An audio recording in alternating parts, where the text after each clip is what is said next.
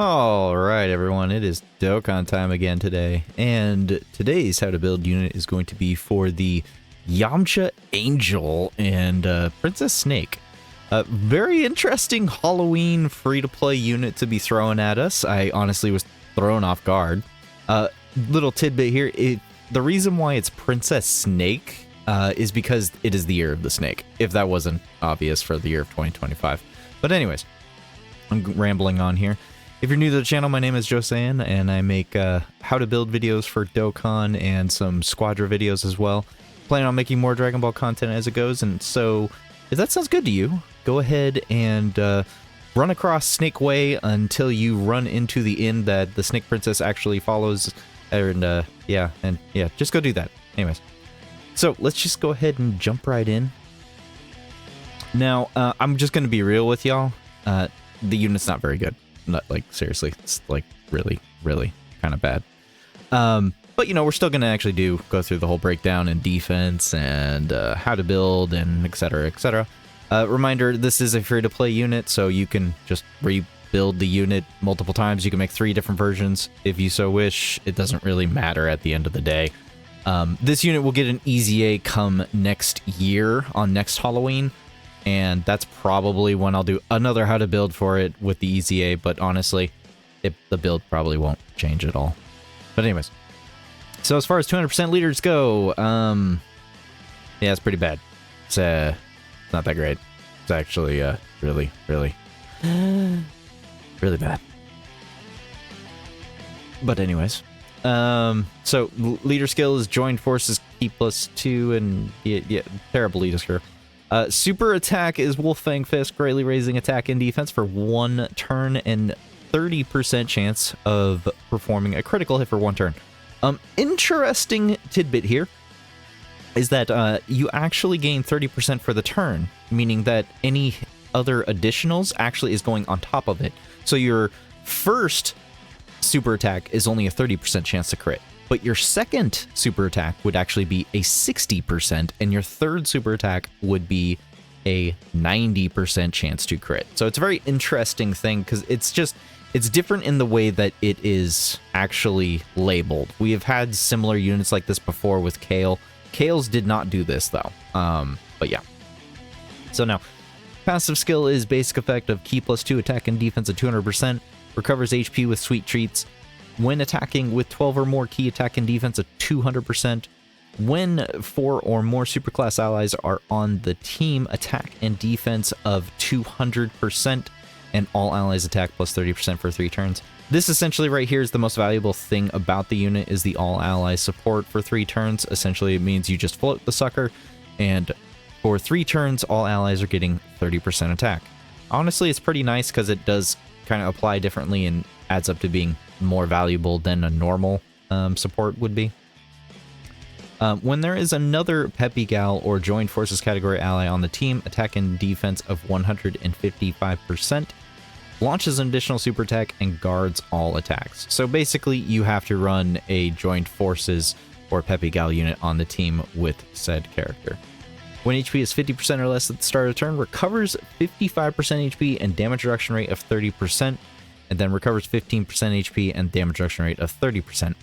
So basically, the first time your HP falls below 50% or less, you will recover 70% HP, and you will have 60% damage reduction per 1 turn. Now, 60% damage reduction and guard sounds amazing for a free-to-play unit, but unfortunately, it's only 30% and then guard on the regular otherwise when you're below 50% or less.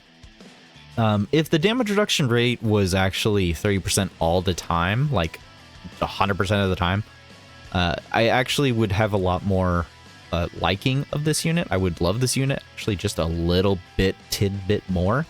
But unfortunately, it's just not that great. 50% or less, you'll either be dead because you hit below 50% or less, or you'll just never hit it.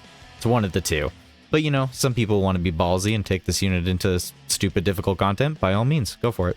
This might actually save you, or yeah. Link skill wise is Turtle School, in fighter, solid support, shocking speed, courage, Otherworld Warriors, shattering the limit. So essentially your generic kind of joined forces unit, except for Turtle School. and Courage. I think those are the two outliers right there. Oh, of course, Otherworld Warriors.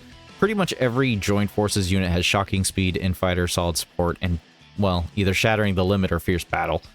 So, I don't think you'll be getting a lot of these links off, if ever, really. You'll be getting, of course, Solid Support, Shocking Speed, and Shattering the Limit, mostly because there's only 2 freaking categories for this stinking unit. I don't know why they did this. 2 categories is ridiculous, but whatever. And then, of course, his best link partners are actually just, once again, all Joined Forces units. So, yeah, it's not very great. This is a free-to-play unit, folks. Please remember that. So, don't attack me. This is just a free-to-play unit. Treat it as such. Do not try to take it into difficult content. If you want to see him do something, then get an SSR copy of the unit and, go on a free-to-play team and do some free-to-play content and just have fun with it. I think in that kind of line, he could be fun and, you know, for random bits of content and so forth and henceforth. I kind of wish he had a better leader skill, though. Then I could have had an excuse to use him as, like, a link-level leader or something of the form. But yeah, he's not that great. He's honestly not. I think, you know, next year when he gets an easy A, I think we can definitely see some improvement here. They could easily up the super attack to 50% crit on super. They'll increase the basic effect probably to 300%, knowing how the meta's going. Probably more support off rotation. Probably remove this stupid restriction. I can see this unit getting much, much better next year. But either way, I honestly, personally, I'm just going to probably give him full additional. He doesn't have any dodge built in, and honestly, he's not built for current level content, and I don't think a full dodge build would honestly save him anyways. He's kind of wanting to do some damage.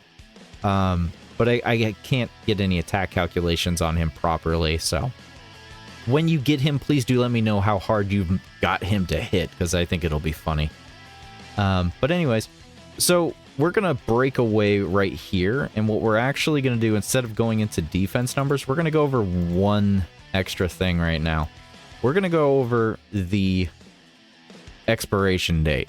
So this is a new Halloween unit.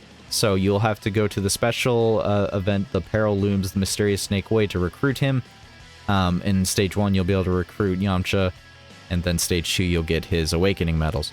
This expires on November 4th, 2025. What this means is that you essentially only have less than 2 weeks. You have 13 days to actually acquire this unit, and till you'll have to wait until next year, essentially. More than likely, this event will not come back during the entirety of this year. If it does, I'll honestly be a little bit surprised, because I don't know what theme we could honestly have to bring it back. But essentially, you'll either be waiting 6+ months because this will be gone, or you'll be waiting until next Halloween to even, well, recruit him again. So if you want to recruit him right now, you're going to have to do it within 2 weeks. Now, with all that being said, let's just go ahead and go take a look at some defense numbers. All right, these defense numbers are going to be compliments of Bloodraven over on Twitter. I don't think he's too impressed with them either. Unfortunately, there's just not very many options for him. If you get him with an all-ally conditions and 40% support, if he magically triple supers, you'll magically be around like the almost 2 million defense. You're literally at 1.9 million defense, and that's about it. It's not honestly impressive at all. It's actually a very, very minuscule amount of defense. And this is what I was saying before, is like, if you're on a 200% and your maximum defense is only less than 2 million in this current lineup of the game, I just don't see you surviving.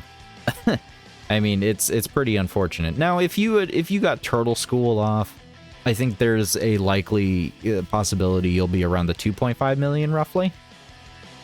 So I do think he has room to grow. You know, getting a 220% leader would also help significantly.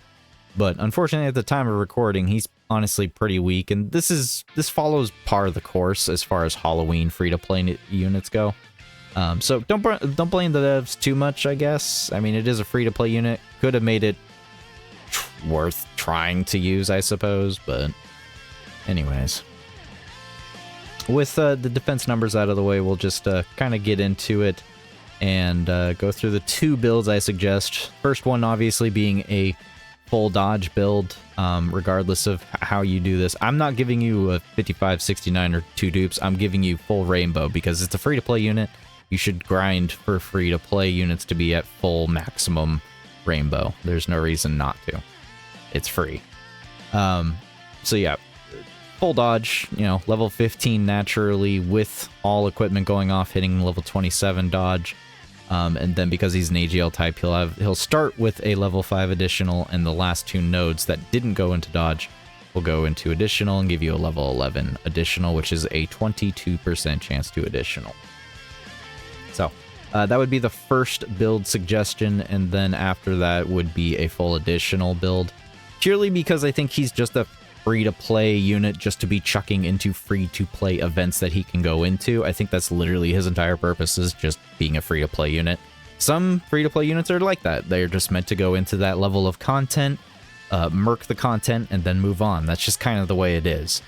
I will not be surprised at all if there comes a time, sometime in this year, the next year, or even, heck, next year when the EZA. I will not be surprised if all of a sudden this dude is super valuable for one specific free-to-play area, and all you need him to do is just go off. And, you know, full additional, on that 3rd additional, he'd be at 90% crit chance. I think that's perfectly great. So just go full additional. Because he's an AGL type, he starts off with a level 15 or level 5. So naturally you can get to level 20, and then with the gold and silver equipped, and then the bronze equipped, you can go all the way up to a level 32, which is a 64% chance to additional, and then put the last 2 nodes into either crit or dodge. Entirely up to you. But yeah. Alright, with all that being said, let's just gonna move into the roll tips and be done and over with this. I don't want to spend too much more time on this, but he is purely kind of more of a support unit, just purely for the one thing of the all allies attack plus 30% for 3 turns. Otherwise, he's just kind of doing a little bit of damage, and he's just a free-to-play generic unit, in my personal opinion. He doesn't really have much other purpose. So, just because of the one off-rotational support, I'll label him as a support unit. That, and I don't know exactly how much damage he can do. And at the moment, I mean, for a free-to-play unit, short of bro doing frickin' 20 to 30 million supers for a free-to-play unit, I can't imagine calling him a damage dealer. So... but anyways, leader-wise go, you have to choose Joint Forces or Otherworld Warriors. Those are literally the only 2 categories for this specific unit, so your options are pretty limited.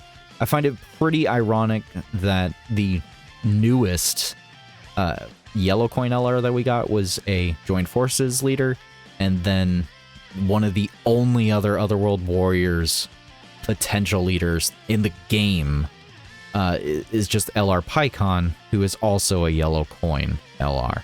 I'm not really sure what the heck is with the devs on this whole thing, because, I mean, Otherworld Warriors was a dead category, still is a dead category. Puns intended.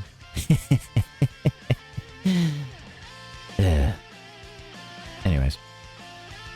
Partner-wise, he himself is his best partner, purely just because that's going to be the only one that gets all of his links going off. He doesn't get a lot of defense, in all given honesty. He only gets 35%, and that's from Otherworld Warriors, Shocking Speed, and Turtle School.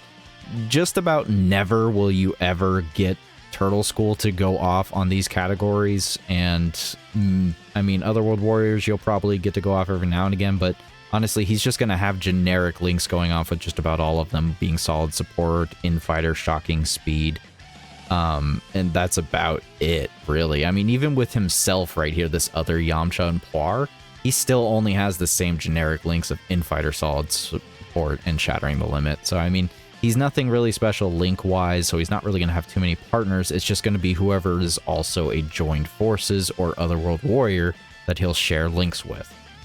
Best slot position goes, honestly, he's just a floating support unit for that off-rotational support.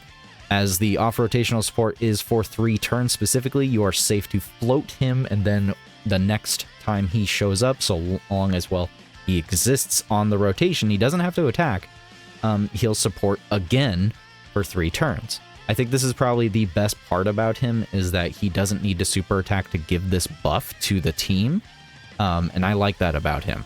But the only problem is when 4 or more superclass allies are on the team.